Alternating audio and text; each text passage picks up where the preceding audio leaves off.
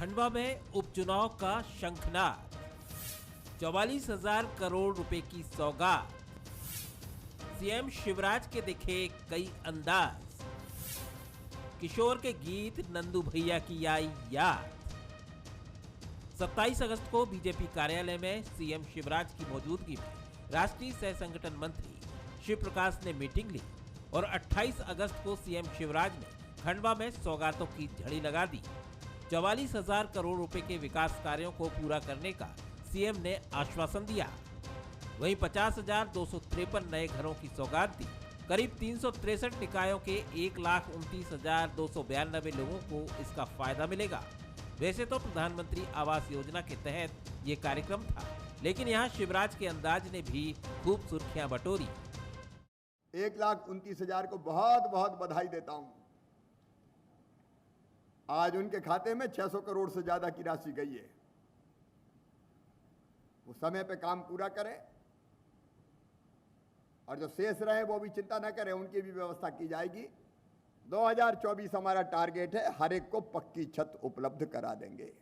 अवैध कॉलोनियां बन गई थी, नहीं बनाने का मैं पक्षधर नहीं हूं। हमने तय किया कि ऐसी सारी अवैध कॉलोनी वैध कर दी जाएगी। अब लेकिन बिल्डरों को कस दिया, अगर प्लाट काटेंगे कॉलोनी बनाएंगे तो पूरे कायदे से। आज नंदू भैया मुझे याद आ रहे हैं, उनके साथ ही संबल का पहला कार्यक्रम खरगोन जिले में हमने किया था, शुभारंभ किया था नंदू भैया के साथ, पहला कार्यक्रम। मैं नंदू भैया के चरणों में प्रणाम करता हूं। अद्भुत अद्भुत नेता थे। रुक जाना नहीं तू कहीं हार के। शिवराज का निवाड़ से ये नाता क्या चुनावी है? क्योंकि नंद कुमार सिंह चौहान के निधन के बाद खंडवा लोकसभा सीट खाली है, यहाँ उपचुनाव होने हैं। इसके साथ एमपी की 3 विधानसभा पर भी उपचुनाव होने हैं। कांग्रेस भी उपचुनाव को लेकर तैयारियों में जुटी है। ऐसे में सीएम शिवराज के खंडवा दौरे को बीजेपी की तरफ से चुनावी शंखनाद माना जा सकता है। जहां पर भी चुनाव होते हैं वहां पर शिवराज सिंह जी आते हैं, हजारों करोड़ रुपए की घोषणाएं करते हैं और जब चुनाव हो जाते हैं तब जनता को मालूम पड़ता है कि सभी घोषणाएं झूठी थी। शिवराज सिंह जी को ये ढोंग बंद करना चाहिए, जनता के दुख दर्द में जाके साथ खड़ा होना चाहिए। कोरोना में मध्य प्रदेश में लाखों लोगों की मृत्यु हुई, लेकिन शिवराज सिंह जी ने उसे स्वीकारा नहीं। शिवराज सिंह जी ने उन्हें मुआवजा नहीं दिया। देखा जाए तो कोरोना महामारी के बीच एमपी में लोकसभा सीट का ये पहला उपचुनाव होगा। वैसे कोरोना में ही दमोह विधानसभा उपचुनाव में शिकस्त ने बीजेपी को पहले ही मैसेज दे दिया है। बीजेपी भी उससे सबक लेकर आगे बढ़ रही है। अब देखना होगा कि उपचुनाव का जनादेश क्या होगा। क्या आने वाले 2023 के विधानसभा चुनाव और 2024 के लोकसभा चुनाव के लिए भी इसमें कोई मैसेज होगा? नमस्कार, मैं हूं सोहेल खान और हमारा आज का मुद्दा है शिव शंखनाद। जैसा कि नाम से ही साफ है, सीएम शिवराज भी खंडवा उपचुनाव के लिए तैयार हैं। इसकी झलक 28 अगस्त को उन्होंने दिखा भी दी है। भले ही ये सरकार के स्तर पर सौगात के जरिए जनता तक पहुंचने वाली बात है, लेकिन साथ साथ बीजेपी संगठन भी अपनी तैयारियों में जुटा हुआ है। ये उपचुनाव दरअसल इसलिए भी खास है क्योंकि कोरोना की दूसरी लहर के बाद इस पर वोटिंग होने वाली है। तो आज इन्हीं उपचुनाव को लेकर हम कुछ चर्चा करेंगे, जुड़ेंगे कुछ मेहमानों से, टटोलेंगे कुछ सवालों के जवाब। जो मेहमान इस वक्त मेरे साथ जुड़ गए उनसे आपको मिला दूं, उसके बाद चर्चा शुरू करते हैं। उमेश शर्मा जी, बहुत स्वागत है, प्रवक्ता हैं बीजेपी के। दीप्ति सिंह मेरे साथ स्टूडियो में मौजूद हैं, प्रवक्ता हैं कांग्रेस की, बहुत स्वागत है।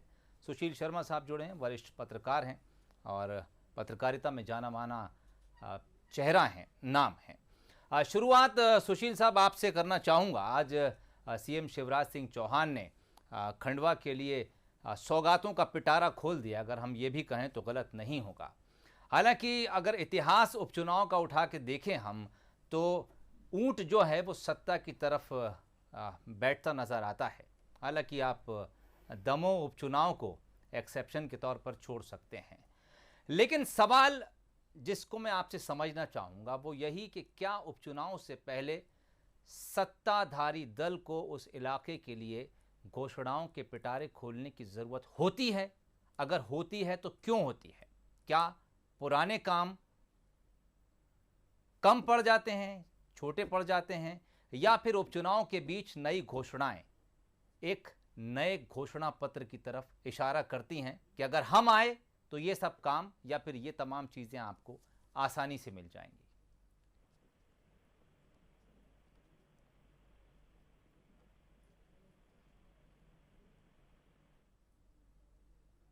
चलिए, मेरी आवाज़ शायद उन तक नहीं पहुंची या उनकी आवाज़ हम तक नहीं पहुंच पा रही। तकनीक का दौर ज़रूर है और हम बहुत तेज़ी से तकनीक में तरक्की भी करते जा रहे हैं, लेकिन फ़िलहाल कुछ खामियां कभी कभी उजागर हो जाती हैं। चलिए, दोबारा कोशिश करेंगे सुशील शर्मा साहब से, इसी सवाल को लेकर उनके पास लौटूंगा। फ़िलहाल उमेश शर्मा साहब की तरफ रुख करता हूं, क्योंकि आज सीएम शिवराज सिंह चौहान और सरकार जो कुछ पिटारा उन तमाम इलाकों के लिए खोल रही है जहां पर उपचुनाव होना है, उसको लेकर हो रही है। उमेश साहब, स्वागत के साथ वो सवाल जो सुशील शर्मा से था आपकी तरफ बढ़ा रहा हूं। सरकार को खास तौर से उन इलाकों में इस तरह के ऐलान, इस तरह की घोषणाएं करने की क्या ज़रूरत पड़ती है? क्या ये लोक लुभावन वादे हैं या फिर किसी खास रणनीति के तहत वो तमाम काम रोक कर रखे जाते हैं जो खास उपचुनाव से पहले जिनका ऐलान कर दिया जाता है? आवाज आ रही है? हाँ। चाहता हूं कि भारतीय जनता पार्टी की सरकार हो या भारतीय जनता पार्टी का संगठन हो जी, हमारी स्पष्ट और दृढ़ मान्यता है कि हम चाहते हैं कि सर्वस्पर्शी और सर्वव्यापी भाव के साथ समाज जीवन में काम करना चाहिए। भारतीय जनता पार्टी के संगठन का सूत्र वाक्य भी यही है कि सर्वस्पर्शी भाजपा, सर्वव्यापी भाजपा। और भारतीय जनता पार्टी के नेतृत्व वाली जो शिवराज सिंह जी की सरकार है, उसका ध्येय वाक्य भी ये है कि सर्वस्पर्शी और सर्वव्यापी सरकार जी। ये ठीक एक संयोग बन सकता है कि वे आज खंडवा में इस प्रकार के कार्यक्रमों में शामिल हुए हैं और संभव है कि खंडवा में आने वाले समय में उपचुनाव हो सकता है जी। पर मुख्यमंत्री शिवराज सिंह जी चौहान ने लोक कल्याणकारी काम केवल खंडवा तक सीमित रखा, ऐसा तो नहीं है। मध्य प्रदेश के अन्य जिले भी जो है लगातार निरंतर मुख्यमंत्री शिवराज सिंह जी चौहान इस प्रकार की जो है लोक कल्याणकारी योजनाओं को जन जन तक पहुंचाते और विभिन्न जिलों में पहुंचाते हैं। और जहां तक खंडवा लोकसभा का प्रश्न है, खंडवा लोकसभा हमारे लिए केवल एक राजनीतिक रूप से लोकसभा की सीट मात्र नहीं है, ये हमारे लिए भावनात्मक विषय है। नंद कुमार सिंह जी चौहान को लेकर जिस प्रकार आज मुख्यमंत्री जी बारंबार भावुक हुए, मुख्यमंत्री जी शिवराज जी और नंद कुमार सिंह जी चौहान का बहुत लंबा राजनीतिक जीवन साथ में गुजरा है। बड़े भाई और छोटे भाई के तरह उन्होंने काम किया है। नंद कुमार सिंह जी प्रदेश अध्यक्ष रहे हैं, शिवराज जी मुख्यमंत्री रहे हैं और अद्भुत समन्वय के साथ दोनों ने काम करा है। तो कहीं ना कहीं और भारतीय जनता पार्टी मेरे जैसे असंख्य कार्यकर्ताओं का निर्माण करने में मालवा और निमाड़ में जिन वरिष्ठों की भूमिका रही है, उसमें नंद कुमार सिंह जी चौहान एक अग्रगण्य नाम है। तो यह पूरी भारतीय जनता पार्टी परिवार के लिए नंद कुमार सिंह जी चौहान जी की जो रिक्त सीट है वो हमारे लिए एक सहेजने वाली विरासत है। हमको लगता है कि लोकसभा चुनाव में अगर जनता वापस हमको जनादेश देती है तो भारतीय जनता पार्टी परिवार को, ये भारतीय जनता पार्टी परिवार की ओर से ये नंद कुमार सिंह जी चौहान को वास्तविक आदरांजलि होगी। ये मैंने कहा सोहेल भाई, मैं दोहराना नहीं चाहूंगा, ये हमारे लिए केवल एक राजनीतिक सीट मात्र नहीं है, ये हमारे लिए हमारे अभिभावक की विरासत है जिसको हम सहेजना चाहते हैं। ये हमारे लिए एक भावनात्मक मुद्दा है, ये हमारे लिए एक आत्मिक जुड़ाव का विषय है। और आज इस आत्मिक जुड़ाव और इस भावनात्मक मुद्दे पर शिवराज जी ने जिस आत्मीयता के साथ लोक कल्याणकारी काम करे, प्रधानमंत्री आवास योजना के मुझे लग रहा है लगभग 1,29,000 हितग्राहियों को उन्होंने 627 करोड़ रुपए का जो राशि है आज उनके खातों में स्थानांतरित करी है, नामांतरित करी है। और उसके बाद उन्होंने रविंद्र भवन का नाम, ये खंडवा वालों के लिए केवल गौरव नहीं है, ये पूरे मध्य प्रदेश वालों के लिए गौरव है कि किशोर दा हमारे मध्य प्रदेश के हैं, हमारे खंडवा के हैं। तो आज रविंद्र भवन का नामकरण करा गया है, नंदू भैया की स्मृति में 2-3 अस्पताल का नामकरण करा गया है। तो मुझे लग रहा है अंतिम बात सोहेल भाई की ये जो है ये एक लोकसभा सीट से ज्यादा हमको अपने अभिभावक की विरासत है जिसके प्रति हम लोग संवेदनशील हैं, जिसके प्रति हमारी आस्थाएं। चलिए ठीक, मैं लौटता हूं आपके पास दोबारा। दीप्ति सिंह प्रवक्ता हैं कांग्रेस की, हमारे साथ जुड़ी हैं। जो कुछ उमेश शर्मा साहब ने कहा और दीप्ति सिंह भी उसे लगातार बहुत ध्यान से सुन रही थी। दीप्ति जी, सवाल यही है, एक पुरानी रिपोर्ट का जिक्र करूं, हालांकि ये जुलाई के महीने की रिपोर्ट है। अगर मैं इसमें कहीं चूक करता हूं तो आप मुझे टोक सकती हैं। खंडवा लोकसभा सीट की अगर हम बात करें तो जो विधानसभा क्षेत्र इसमें आते हैं उनमें अलग अलग लोगों को जिम्मेदारी दे दी गई है। उनमें तुलसी सिलावट हैं, इंदर सिंह परमार हैं, मानधाता के लिए विजय शाह हैं, खंडवा विधानसभा के लिए कमल पटेल हैं, पंधाना के लिए मोहन यादव हैं, बागली के लिए उषा ठाकुर, जगदीश देवड़ा, और इन तमाम लोगों को, ये बड़े और कद्दावर लोगों के नाम हैं जिनको एक एक विधानसभा सीट की जिम्मेदारी बहुत पहले से सौंप दी गई है। ये न सिर्फ सरकार की वहाँ पर जाकर रिप्रेजेंटेटिव बन के काम करेंगे बल्कि संगठन के लिए भी वहाँ पर काम करेंगे। खंडवा लोकसभा सीट की अगर मैं बात करूं आपसे, कांग्रेस की क्या कुछ तैयारियां हैं बतौर संगठन, क्योंकि सत्ता में तो आप हैं नहीं, इसलिए केवल विपक्ष के तौर पर एक संगठन के लिए ही काम कर सकते हैं। कांग्रेस की बहुत अच्छी तैयारी है।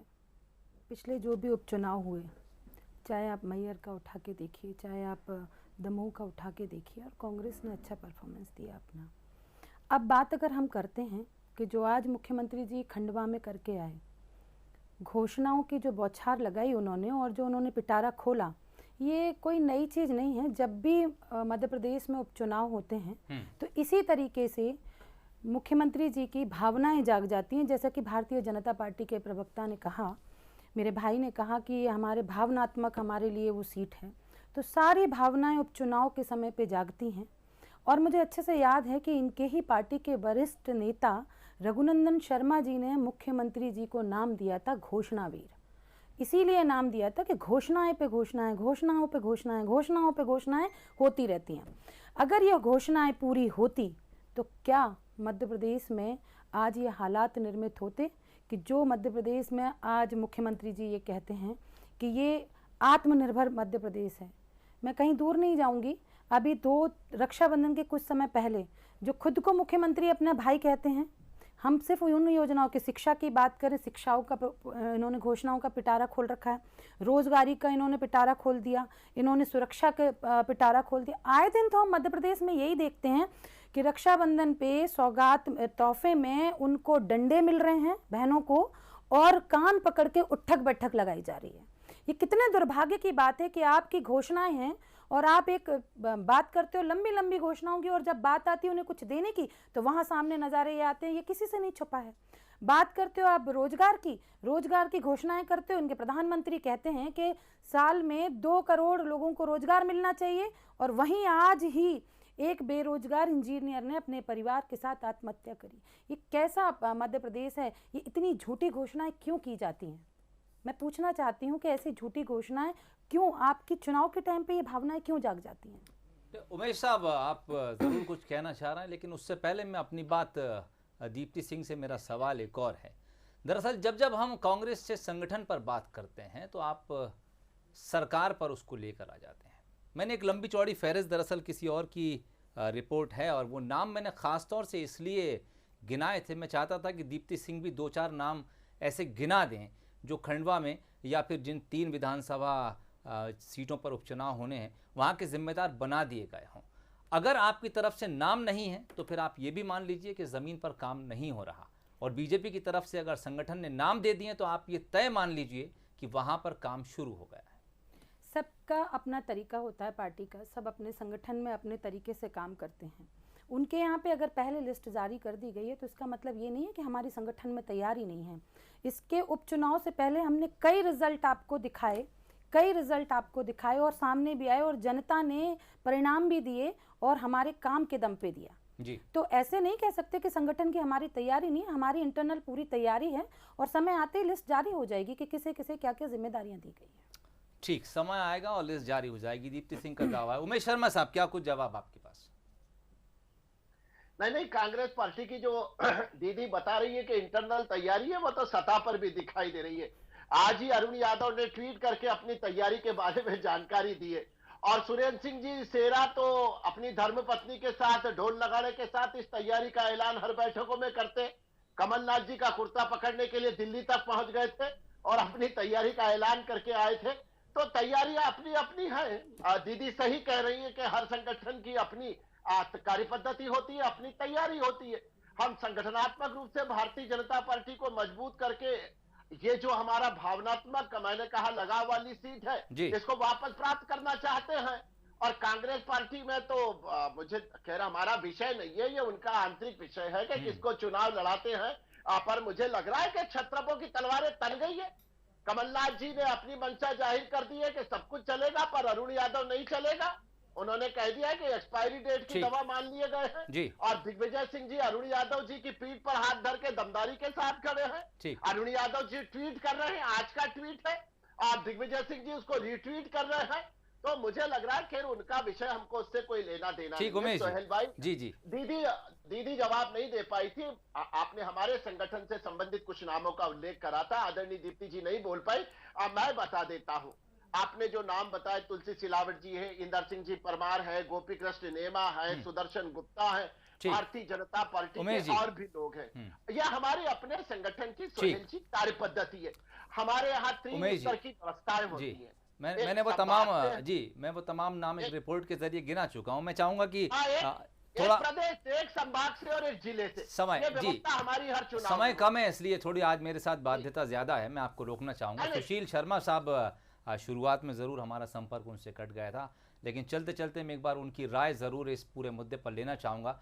सुशील शर्मा साहब, सीएम शिवराज सिंह चौहान खंडवा, कई सौगातें, कई घोषणाएं, उपचुनाव बहुत नजदीक है, इस बात का अलार्म है, क्या कुछ एक वरिष्ठ पत्रकार देखता है?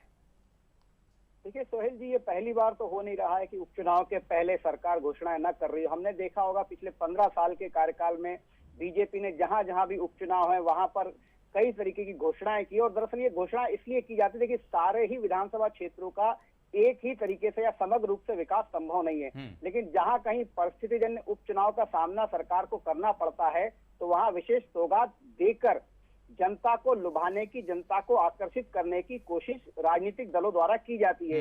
ये केवल भाजपा का मामला नहीं, कांग्रेस भी सरकार में होगी तो उसके पास भी यही एकमात्र अस्त्र है कि सरकार के माध्यम से उस क्षेत्र की लोक लुभावन जो है घोषणाएं करके जनता को आकर्षित करने का प्रयास किया जाए। जहां तक तैयारियों की बात है, देखिए अगर झगड़े कांग्रेस में है तो बीजेपी में भी कम नहीं है।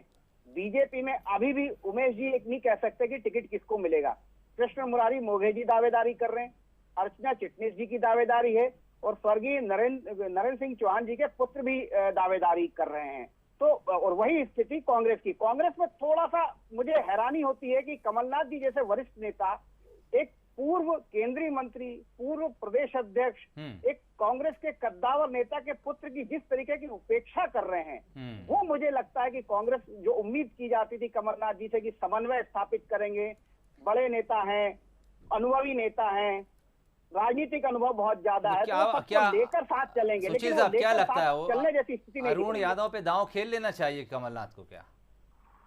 नहीं, देखिए ये तो उनका सर्वे वाला मत। देखिए सर्वे में आप भी जानते हैं, हम भी जानते हैं, सर्वे में जिसको टिकट नहीं देना होता है वो सर्वे में हार रहा होता है, जिसको टिकट देना होता है वो सर्वे में जीत रहा होता है। और कमलनाथ जी के सर्वे के बारे में मैं क्या कहूं, उन्हीं के पार्टी के उन्हीं की सरकार के पूर्व मंत्री लाखन सिंह यादव ने सर्वे पर क्या कहा था, सार्वजनिक रूप से कहा था, सब जानते हैं। और सर्वे अगर इतने ही सटीक होते तो 28 उपचुनाव में 9 सीटें कांग्रेस नहीं जीतती। सर्वे अलग मामला है, टिकट देना अलग मामला है, जीतना अलग मामला है। और कमलनाथ जी लेकिन बड़प्पन जैसी उम्मीद की जाती, वो बड़प्पन देखने को अब नहीं मिल रहा। चलिए अब कब देखने को मिलेगा, ये एक बड़ा सवाल है। उसी सवाल के साथ हम आज का मुद्दा छोड़ रहे हैं। दरअसल वक्त की कुछ सीमाएं हैं, घड़ी की सुइयां इजाजत नहीं देती। आप तीनों मेहमानों का बहुत शुक्रिया हमारे साथ जुड़ने के लिए, आज का मुद्दा में इस बहस पर हमारे साथ अपने तर्क रखने के लिए। आज का मुद्दा में फिलहाल इतना ही, मुझे भी इजाजत दीजिए, नमस्कार।